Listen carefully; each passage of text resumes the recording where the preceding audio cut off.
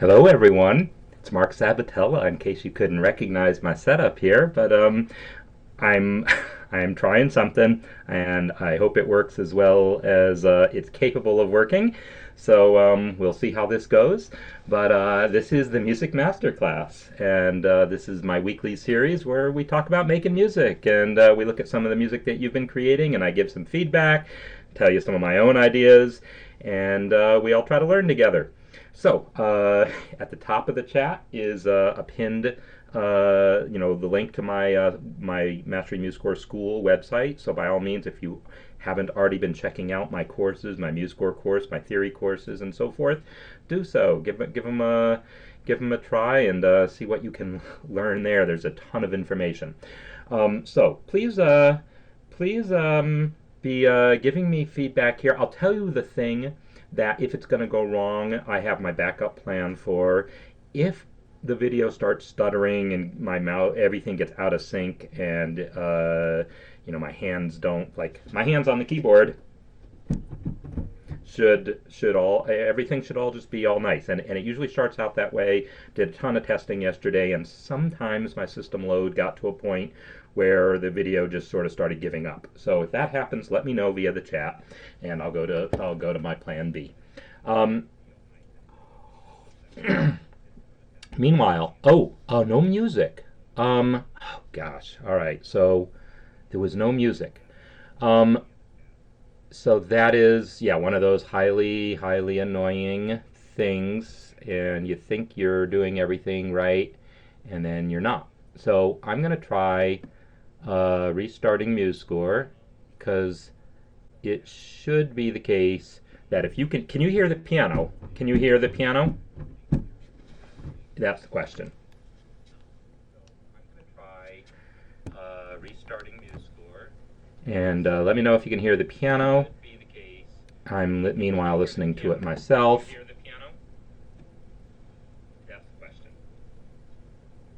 So, no keyboard, no MuseScore. Gosh darn it. I swear, you test and you test and you test and you test and you test, and then in the end, it is what it is. You can hear thumping from the keys. Yeah, so that's all right. So let me think about this a second. Let me think. Let me think. I don't want to panic. Um, oh man, I swear I was up late last night testing and testing and testing. What could be going on? So I'm going to kill audio mixer line 2. It says it's sending. It should be. Just.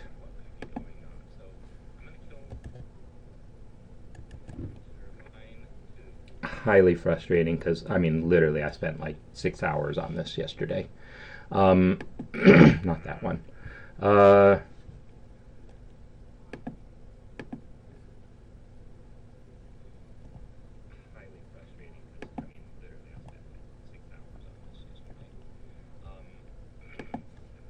So I'm hearing it in my headphones.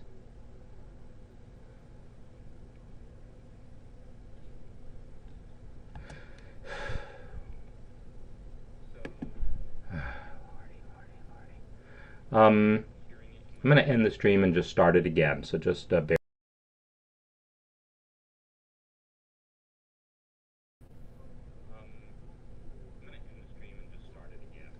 All right, so I'm supposedly back. So the problem can't be MuseScore. If you're not hearing the keyboard either, then MuseScore is not the problem. The problem is in how I have everything else configured. But I swear this is exactly how I had it configured yesterday. So keyboard or no keyboard is the question there, and MuseScore or no MuseScore. And if it doesn't work again, I go to my backup. So here's MuseScore.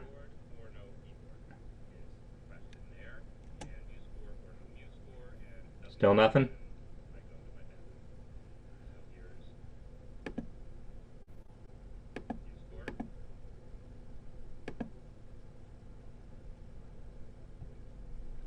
So I'm incredibly frustrated trying to. All right, it's just not going to work today. All right, plan B. So sorry about this.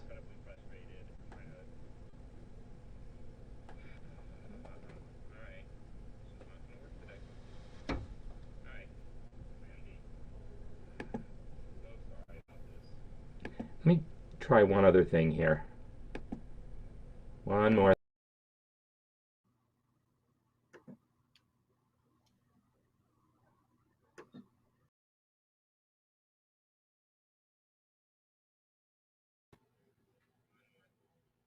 All right, so one other thing to try. Keyboard. And now the screen's black.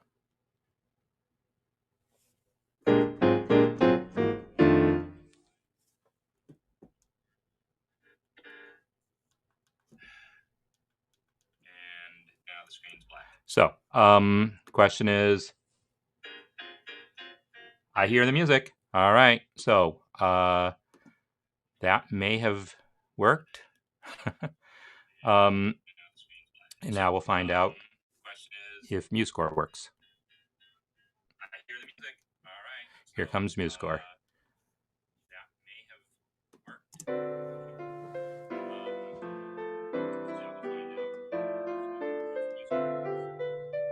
So, MuseScore?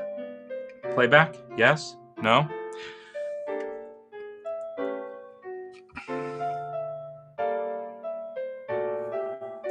Okay. So, if that works, okay, that was weird. Panic crisis averted. Kill that window. And again, still working?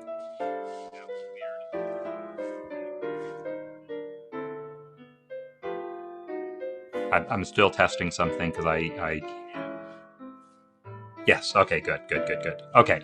Ha ha ha ha. All right. So, after all that, sorry for 10 minutes of a whatever that was. Okay, so regroup.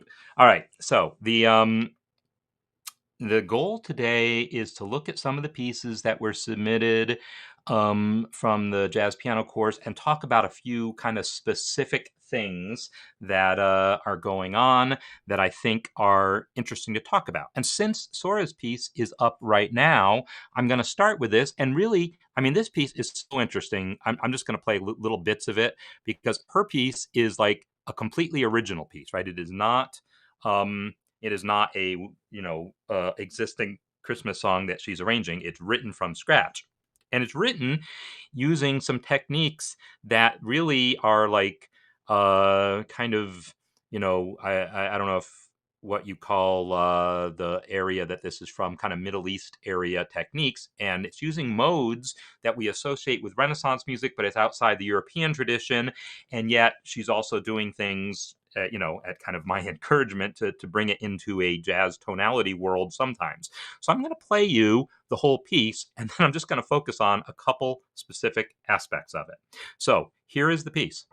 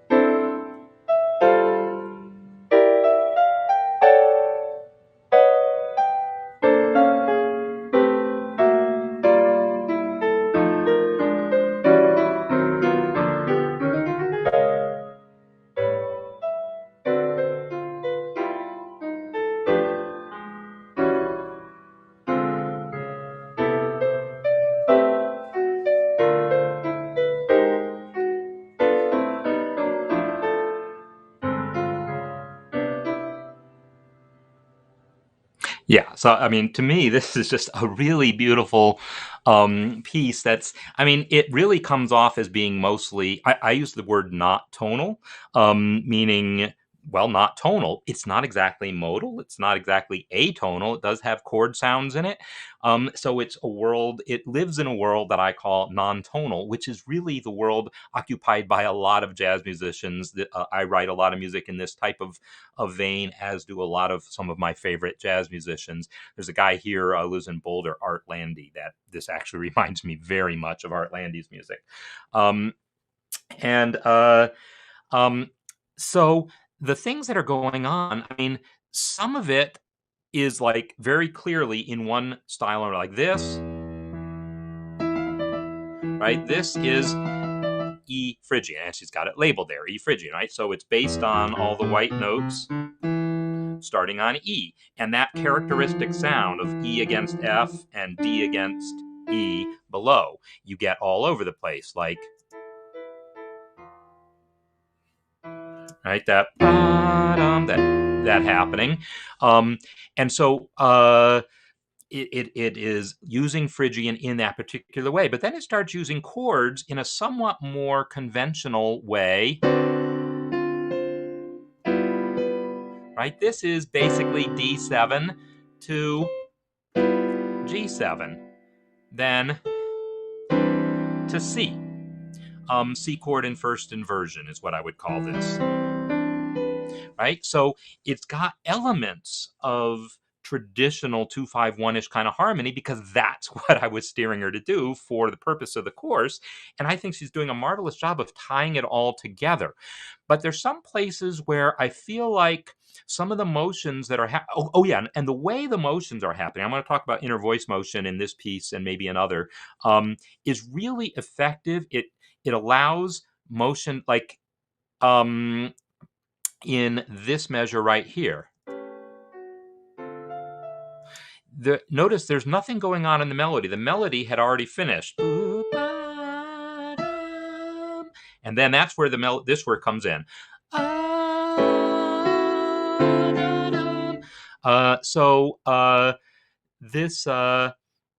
These moving lines are totally about keeping the motion going in a spot where the melody is not, and really the chord isn't changing that fast. The chord is changing every 2 beats, but she's got this inner voice moving every beat, which is one of the lessons in the course. So it's really great that works well. The feedback that I would have is I'm still not sure. Some of the motions make total sense, and they don't need to make sense harmonically according to my usual things. But there are some things here that are working in ways other than the way I described in the course. And so I just don't know how much of this was deliberate and how much is not. So like right off the bat, when this motion starts here in measure 21, we have,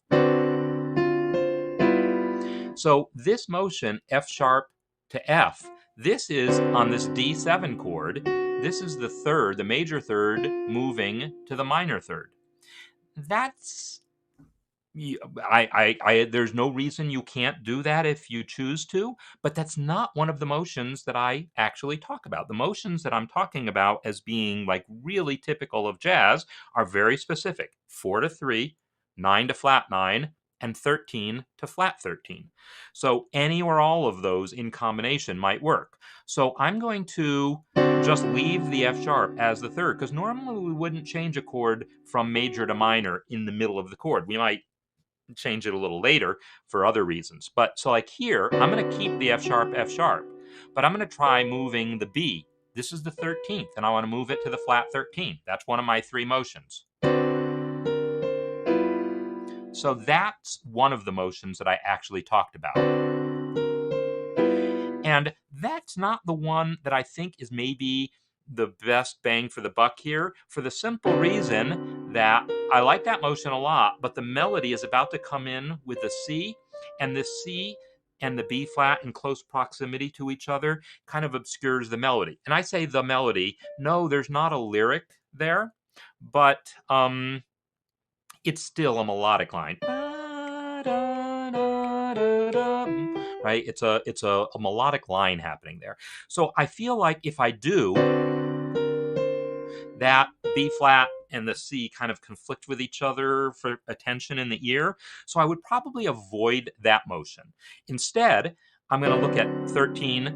So I'm not going to use the 13 to flat 13, but I am going to use 9 to flat 9. So that's the motion that I want. And I'm going to do that instead of the 13th. So that motion there with the flat 9 is one of them, and the other is 4 to 3, and I'm going to try those together. Now, when I do those together, it's giving me the effect that I normally would want. And then I can do the same on the 5 chord here, on the G chord. I can have the 4th, the 13th, and the 9th.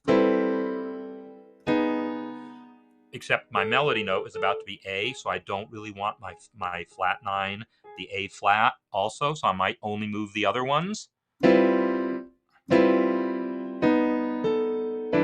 So I'm not saying that those motions are better for this piece in that context, but I am suggesting focusing on the specific motions that I use will often produce good results. And here is the spot that I was actually talking to her about on the community. So we have E7 and then A7 and then D7 and then G7, right? Circle of fifths. E7, A7, D7, G7.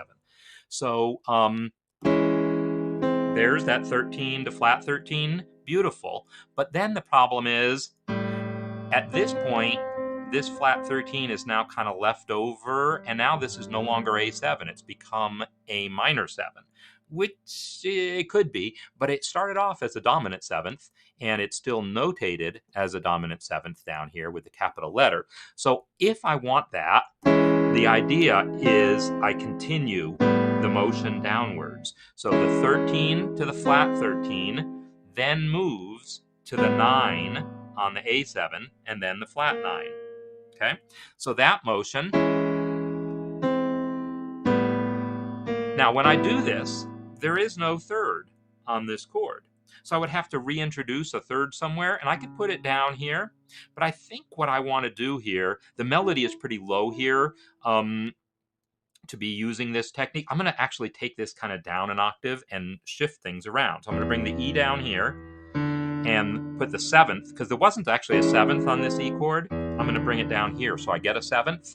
And now that's the motion that I want. 13, flat 13, and then here's my A chord with a third, and 9 to flat 9. So that line is the line that I'm aiming to produce here. Now this is low for that. But now I just instinctively did this other thing that I wanted to show you. So instead of going right for the third, this time I'm going to use 4 to 3 along with that 9 to flat 9. So 13 to flat 13, and now 9 and 4 both moving. 9 to flat 9, 4 to 3. That's the jazz motion in a nutshell. That is the thing that jazz pianists learn to do more or less on autopilot. That sequence of motions, moving that 13 down to flat 13, and then it moves from there to the 9th of the next chord. And also letting the 7th of one chord become the 4th of the next and move it down to the 3rd. Those motions together give you that exact sound.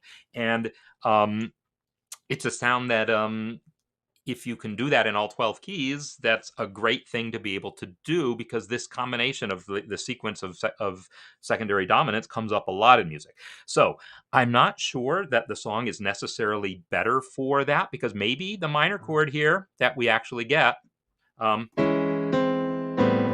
it's a minor chord, and maybe that's okay. But then we have the 7th moving down to a 6th. You can do that, but again, that's not one of the motions that I would normally recommend, not for dominant chords anyhow. but for minor chords, okay. And now here she's got that going, the ninth moving, so D7, this is this measure here. This is the 9 moving to the flat 9, and she has the 13 moving to the flat 13th, but there's no 7th. And the 7th is pretty crucial to make all this kind of hang together. And so I could try to put the 7th in here. And that might be a little much. I don't know. You know, maybe that's fine. But I think if it were me, I would put my 13th up here, and I'm going to have the same problem I had in that first measure, where if I move it to B flat, move the B to B flat up here, it kind of conflicts with the C in the melody. And maybe it's not a problem. And I could also get the 4th. I can get all 3 of these in here. The 4 moving to 3, 9 moving to flat 9, 13 moving to flat 13.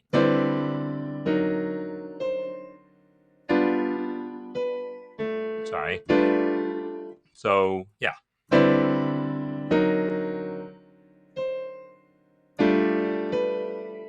And then that A could move down to flat 9. It would probably be better if the G were down here and I did it here. So because having that flat 9 right next to the root is maybe a little more dissonant than it otherwise might be. So, oh, the red circle to the cursor. Yeah. Sorry. Can I do that on here? Oh my gosh, no, this computer doesn't have that. I hadn't thought about that. But, you know, one of the things that's making this work is moving to my Windows system. And I don't know if someone knows how to make that happen. I'm sure there's a mouse setting that'll do it, right? No, mouse settings. And so, yes, these are like suspensions, especially that 4-3 when it's left over from the 7th of the previous chord is very literally a suspension. Mouse and cursor size. I can make it bigger.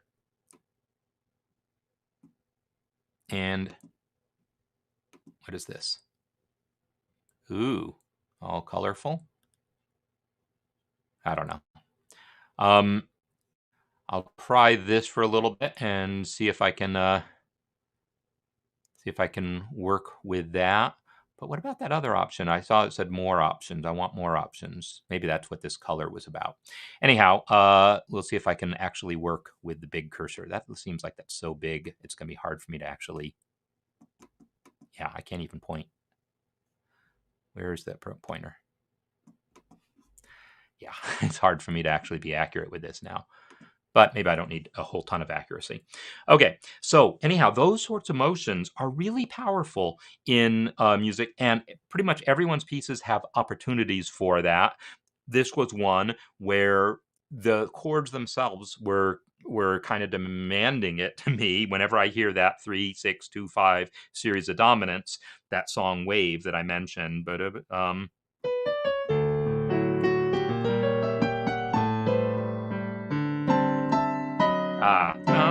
I did it right here.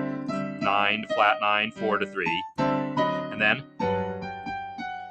my favorite minor 4 chord. And then this is the 3 chord dominant, 7th. 9, so 13, flat 13, 9 to flat 9. That's where I first learned that sequence from. Now I know that sequence from that song, but I can, I do it in other keys and other situations also. Okay, so any case, that is a sound that comes up often, that being able to move those lines. And it's not that you can't remove other notes when you feel like it, you can. But the specific jazz sound that I'm going for here involve those specific motions.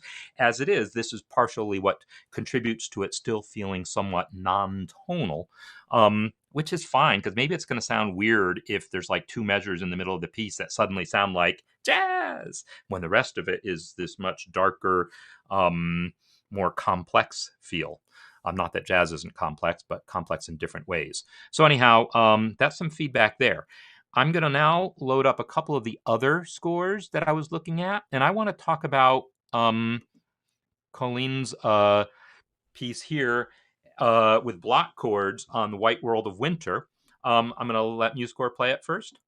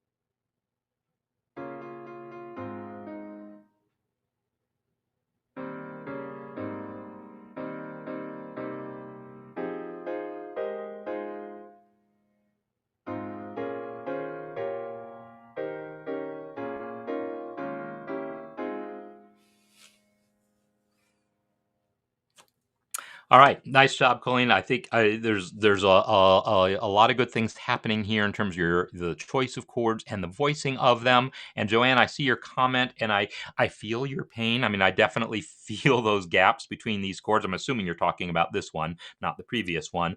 And the thing is, it's not done, right? We're adding certain elements right now. Eventually, we're going to add some other elements that will create some more opportunities.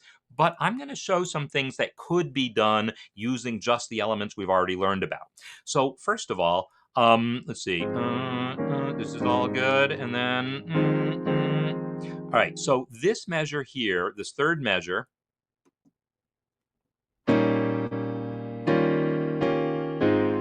so one of the techniques that I'm dealing with here in talking about block chords. So block chords is this idea of harmonizing the melody where every melody note has a full chord voicing underneath it, and in particular, a 4-note voicing in one hand.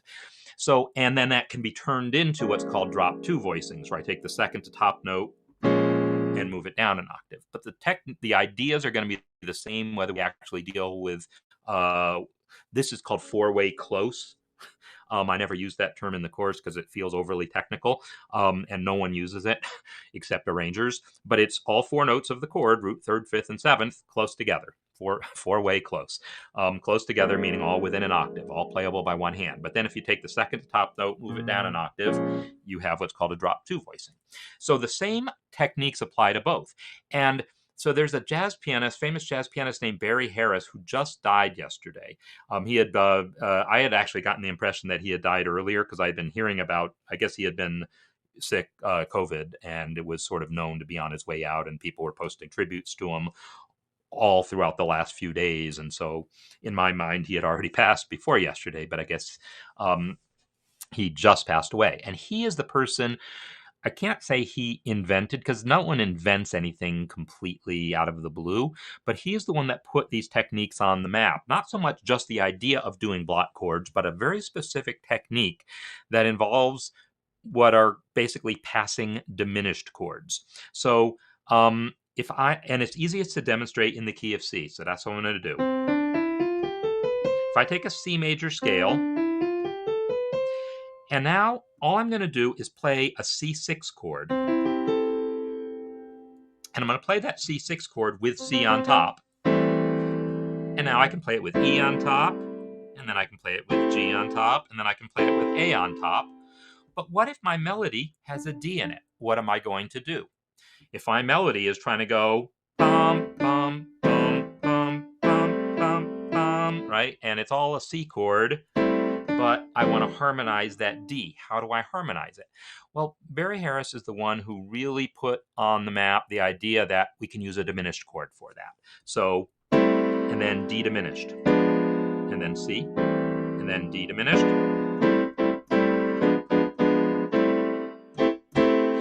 using diminished chords to harmonize the melody notes that are not in the chord. So that, and Barry has a whole really fairly complex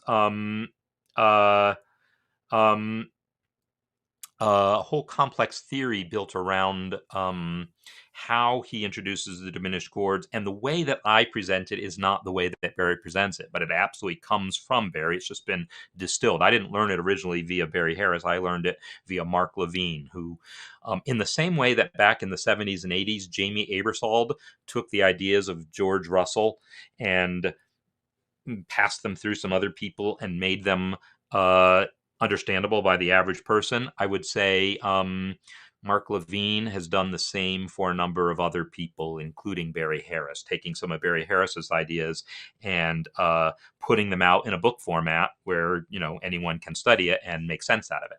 So the idea here is going to be, if I have a melody note like this B flat minor 7 with E flat in the melody. E flat is not in that chord, not in the B flat minor 7 chord. So I might put a diminished chord on it. And then the next note is E flat 7, but with an F in the melody. Well, F is not in that chord, so I might use a diminished chord there. F diminished. So this idea,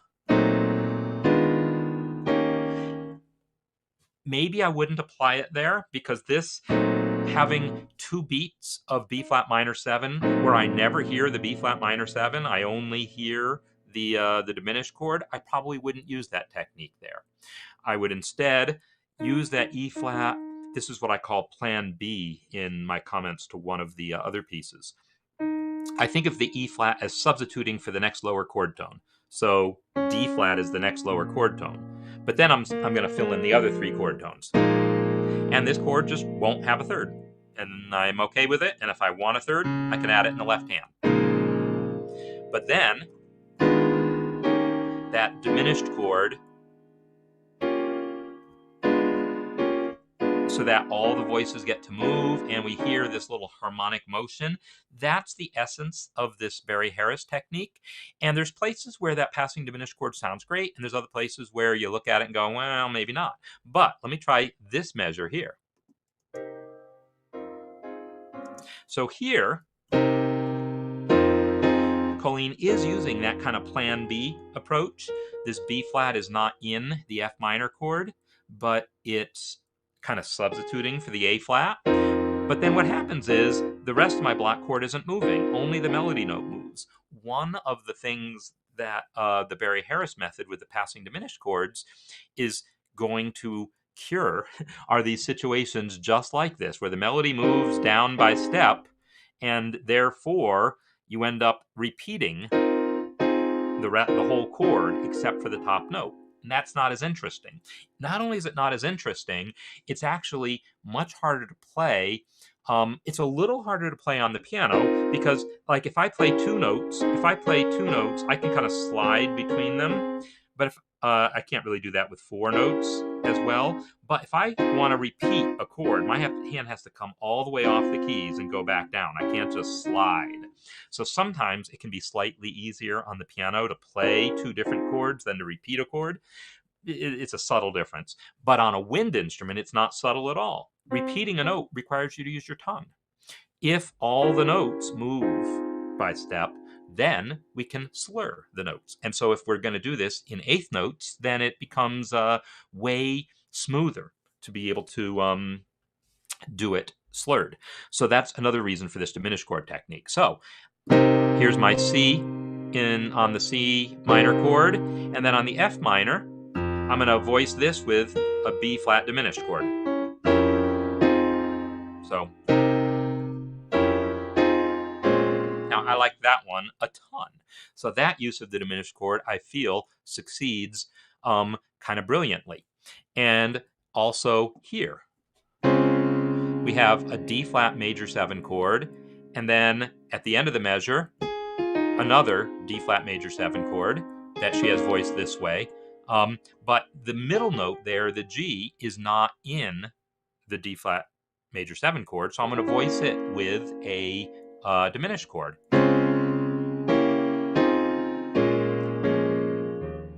So diminished, that passing diminished chord, whenever these occur like just as passing notes in the melody and you're not just landing on it for 2 beats, like that's why I didn't like there. I like that sound, but only if it resolved quickly.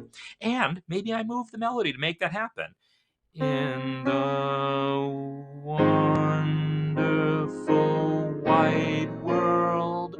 If I do that, white world, if I move the note quickly, then I'm okay with that diminished chord. I just don't want to sit. Not that I don't like diminished chords, but I wanted to hear the B flat minor 7 also. So I need to hear them both, is kind of what goes on. So, yeah, so that's by using that passing diminished chord technique that comes from the late Barry Harris, that allows us to get some of those kinds of sounds in there. Now, regarding the thing, so I do see your comment, Joanne, that you were actually talking about Sora's piece with the gaps. To me, at the beginning, yeah, they're long gaps, but that's part of the mysterious feel of the piece. After that, the piece is flowing. And in fact, that's part of its appeal to me, that it starts off very mysterious with huge gaps.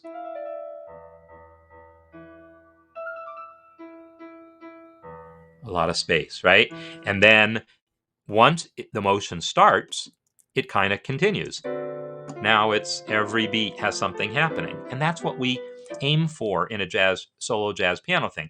We can have some parts of it that are slower, more introspective, but once we reach a part of the piece where we establish a flow, we generally keep it going. We're basically making up for the missing bass and drums, because pianists love working with bass and drums, but when we don't have it, we go for something else. So now looking at the gaps in Colleen's piece, the only way I know there would be 2 ways to solve this. Like here, 4,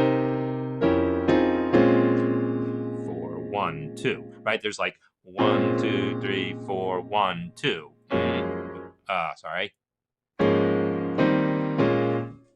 So those 6 beats of nothing happening, we would have to do something to fill that thing up. And maybe it's a walking bass line, just walking down a scale or something, because we got so many beats to fill. I didn't really talk about walking bass even in the lesson on bass lines, because I wasn't anticipating such big holes to need to fill. But yeah, that's what you need to do. But on the other hand, what we could do is recognize that here we have B flat minor 7, and then a measure later, it's still B flat minor 7. This is a static chord progression from 2 back to 2. And I gave a number of options for that. So one of them is to go 2 and then 6 and then back to 2. So I'm going to do that here.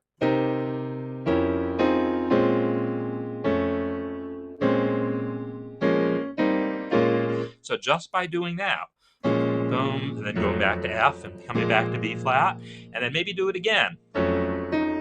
Because again, I'm coming back to B flat minor. So I've got kind of 2 of these progressions where it's B flat minor and then a measure later back to B flat minor and then a measure later back to B flat minor. So I could really be looking at that as 2 little short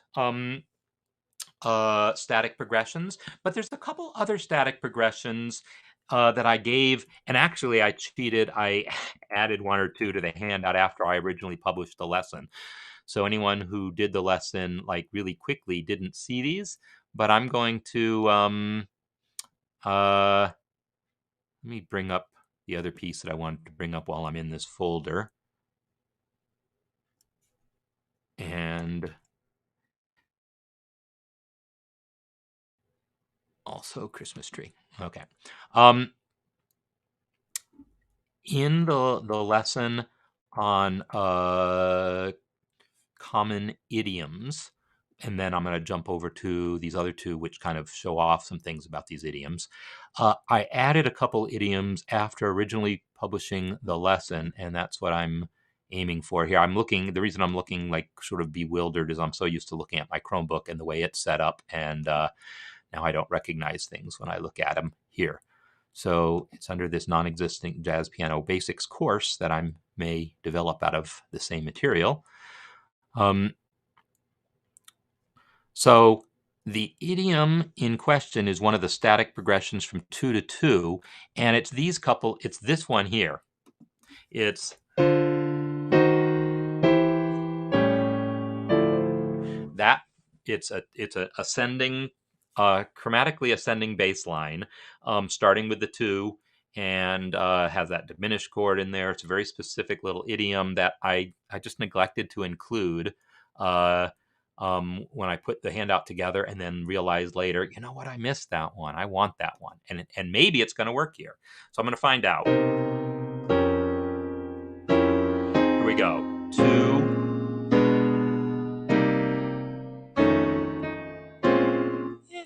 Yeah, it kind of worked.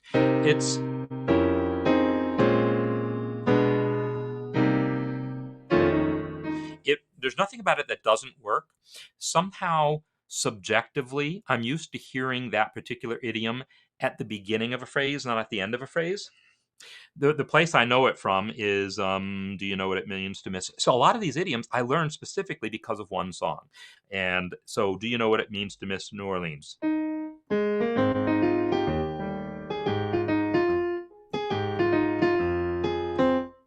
then the second half,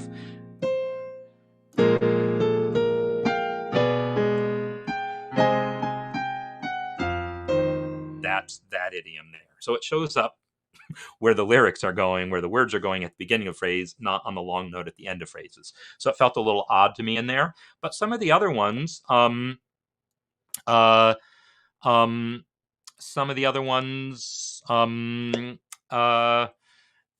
maybe will work better. So, Joanne, yeah, maybe speeding it up will make it sound better. But one other thing to realize is that a real grand piano will have all sorts of resonance that we're not hearing in a MuseScore rendition or in my digital piano here. And that same thing on a real grand piano might sound really, really, really nice. And the other thing is sometimes space is good. There's any number of classical pieces that are based on, a lot of space, right? A lot of space. It's not about filling the space. It's about enjoying what's going on. So anyhow, one of these other guys where I go 2, 5, 3, 6 might make me a little happier in there. But in any case, those are the kind of things I might try to be doing. 2, 5, 3, 6. So that might work. Or the other one was 2, 5, and then instead of 3, 6, it was flat 7, 6. So by plugging in those idioms, you could come up with ways of filling that space with chords. And then you don't need to have a walking bass, because I'd rather have more motion going on than just the chords. So that idea of talking about idioms kind of pulls me over to looking at these two pieces here. Bring a Torch, Jeanette, Isabella, and Oh Christmas Tree. And I'm going to play Oh Christmas Tree first, because what's really remarkable to me about this, so this is Richard, long last name beginning with a G, sorry. Name's not on it, so I can't remember, unfortunately. I think Richard. Now I'm doubting myself. This piece is like, in many ways, the model for everything that I'm talking about. Not this particular arrangement, although it does work out really well, but Vince Guaraldi's arrangement of Oh Christmas Tree for the Charlie Brown Christmas. I mean, that Charlie Brown Christmas is the quintessential jazz piano album. That is the jazz piano album that non-jazz pianists know. They know it because they've seen Charlie Brown on TV and they heard that music in it. So whether or not they ever bought the album, they know that music. And Oh Christmas Tree was kind of one of the theme songs of that. I mean, yeah, there was a couple originals that Guaraldi wrote also, but his arrangement of Oh Christmas Tree that appears in there is like,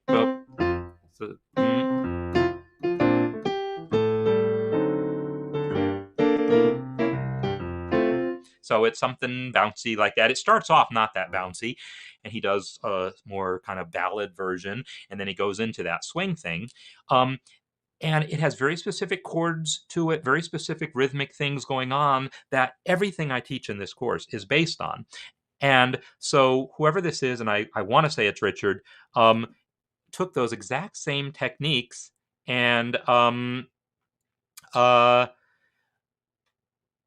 applied them differently. So he's got exactly the same techniques going on and yet came up with different solutions, which to me is wonderful. If these techniques always led you to produce the same answer, that would be a problem, because then it would suggest that the only way to play jazz successfully is to do the same thing that everyone else does. And that's not it. These techniques are meant to give you a lot of leeway.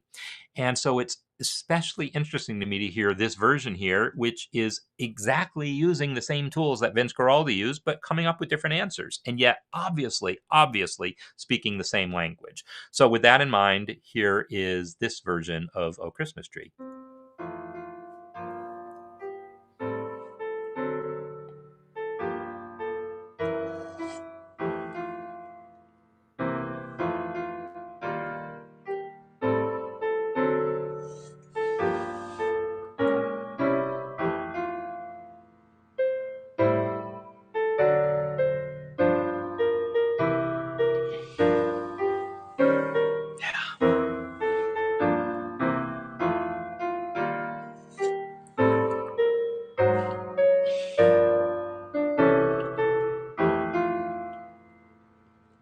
Yeah, and that variation on the melody at the end is really, really nice. We're going to come back to looking at that in the lesson that I need to put together for next week on introductions, because basically using the last 4 bars of your song, but with a newly composed melody or an improvised melody, if you're a real jazz musician, that's actually one of the strongest introduction techniques, and that's probably the one I'm going to focus on.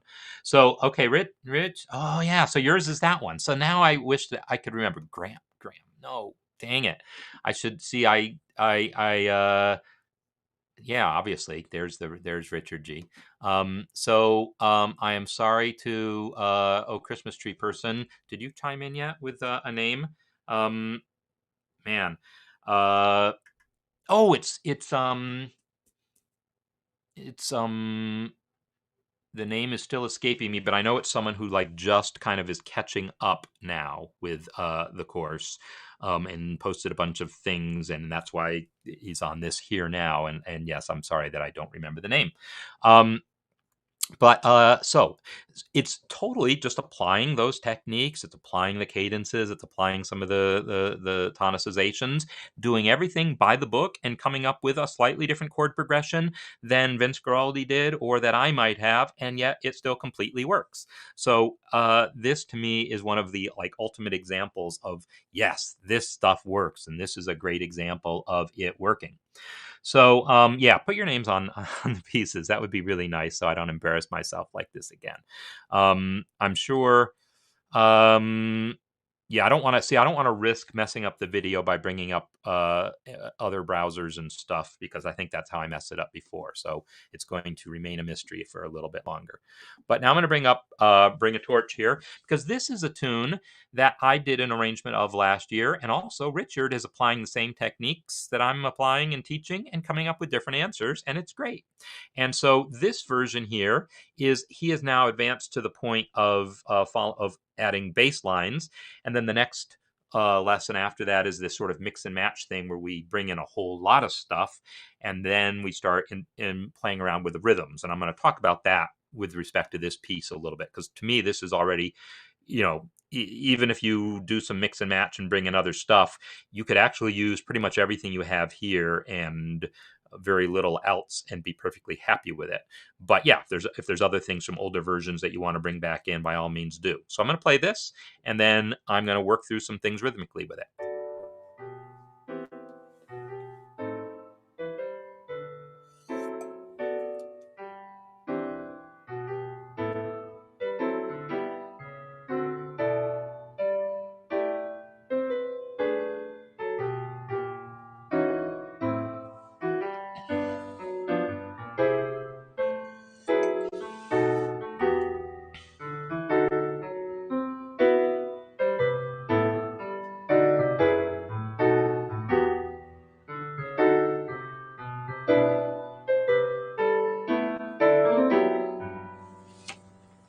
All right. So yeah, good job on the things you're doing there, Richard.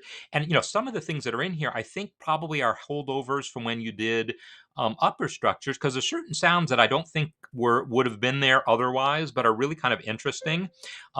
Like this version here, the C major 7, voiced with a G sharp. Now that probably was a holdover from using an upper structure, an E triad over the C, because other than that, well, I guess in the alterations lesson, I guess I mentioned that a sharp 5 might occasionally be useful. So in any case, it's fine.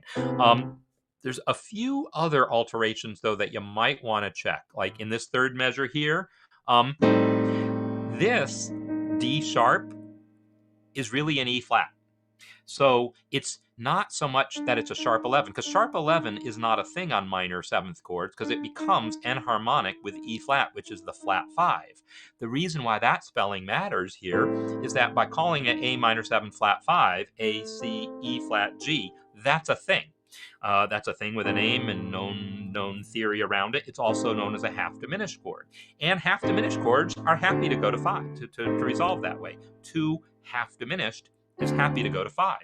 2 half diminished is essentially the same chord as minor 4, right? Because this 2 half diminished chord, A, C, E flat, G, if I just leave out the A, it's a C minor chord, minor 4. So it comes from that same family of borrowed chords. It's borrowed from the key of G minor. So I could play it that way.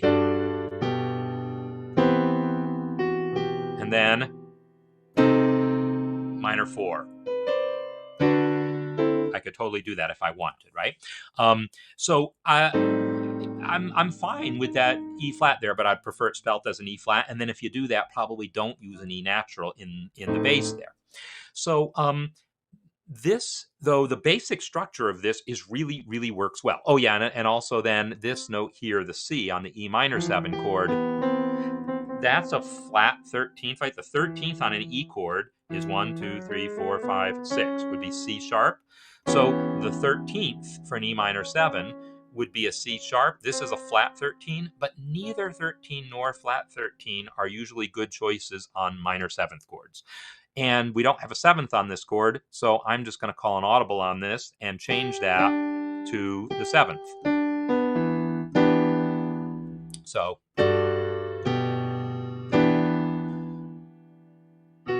then I'll let this be an E flat, and then I will also use E flat on the way up here. So everything that's in there, other than those couple little note changes that I did, and I'm actually going to just notate that there now, and I'll respell this one with J. Everything.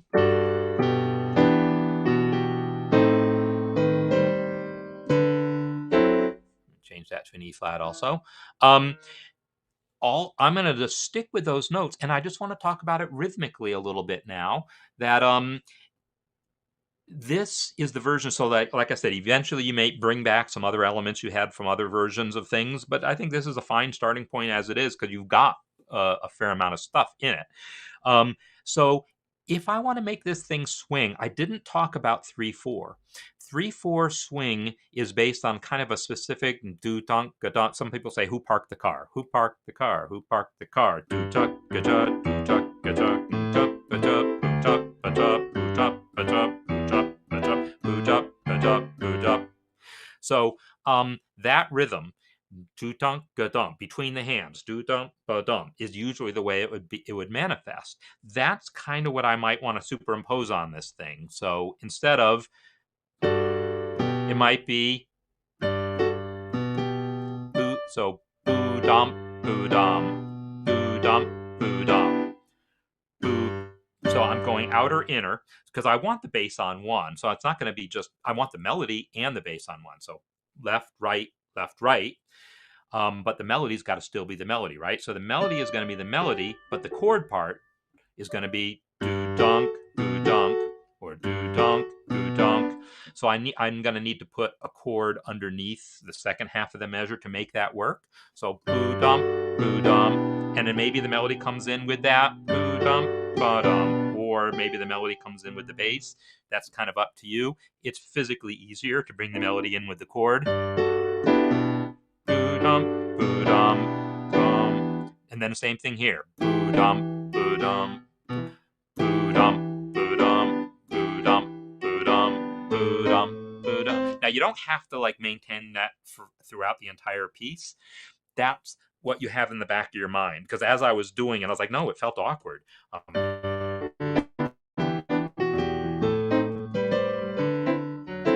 So I'm just now doing it without thinking, and now I want to think about it.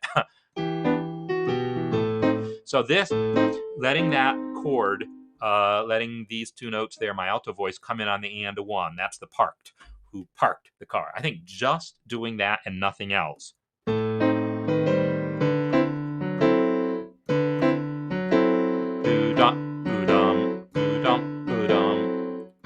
So the bass is already right, because this is going to be 1 and 2 and 3. So the bass definitely is already doing what it would need to do, coming in on 1 and of 2. And then it's just a question of putting something in the right hand on and of 1 and on 3 to make that who parked the car thing happen. So in this case, maybe I turn that into an eighth note and then go into note input mode and push it over to beat 2. Nope, wrong button. Shift right. There we go. So, and now I'm going to I'm just going to repeat it here so that I hear.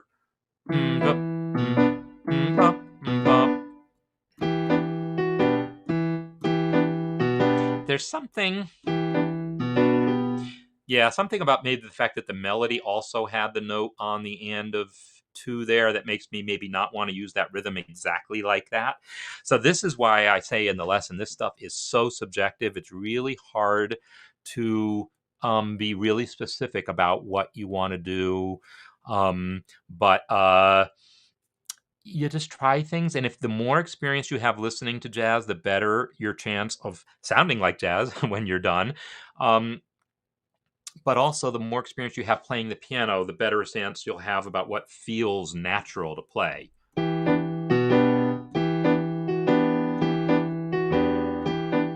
I think that eighth note here, coinciding with the long note there, my hand is resisting. Yeah. I think in this case, I would rather have the bass note line up with the car.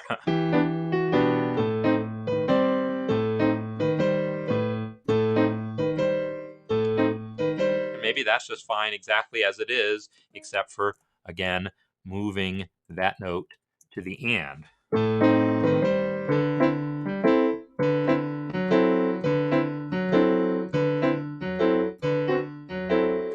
And so I did the same thing here of moving that thing there. So I think that rhythm, relying on that rhythm, if you do it every single measure, we're going to get tired of it. So you can't do it every single measure. But you do it enough that we understand it as the basic underpinning of the piece. So anyone who's trying to do like a jazz waltz kind of a feel, that's how you do it. I don't know that that's what you want, because maybe you're perfectly happy with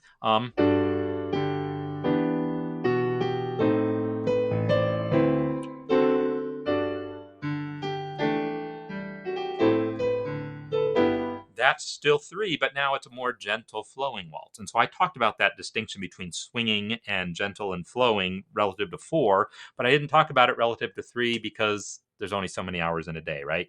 But that was my demonstration of jazz waltz feel there. So, and it looks like, from what I can tell, the video, after a terrible, terrible start, the video has been doing great, right?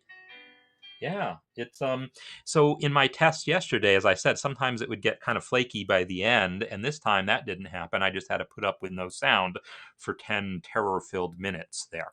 But in any case, hopefully something in here was useful to people, and we are kind of in the home stretch here. The lessons this week are kind of these last big lessons. Next week we're going to learn a little bit about just sticking an introduction and an ending on and tying up some loose ends. And so next week's masterclass, I'm hoping to see some pieces that are like really, basically done, completed pieces. And then, the week after that, it will be Christmas week. I'll be taking off, but I want to get some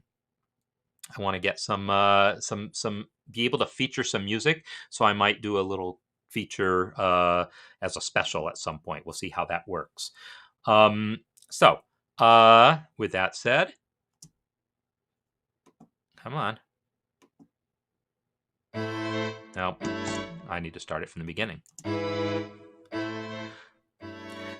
Seems weird to have this as my theme music after all that jazz Christmas music, but it is what it is. And hope you've enjoyed this session of the Music Masterclass and that this general format. I'm going to be using this format when I can, when it makes sense. When I can. If I want to be at the keyboard, because I feel like it's a good one. I can still tweak it. I'll take feedback on that, and I'll try to figure out why it didn't work right off the bat. So again, for way more information on all these theoretical concepts, being able to talk about why E and D double sharp are the same pitch or not the same pitch, but close enough to the same pitch. My basic music theory course talks all about that. For more on things like these common idioms, these minor four chords, and all these other secondary dominants, my harmony and chord progressions course. I definitely recommend checking out all those resources. So everyone have a great week, and I will see you next time.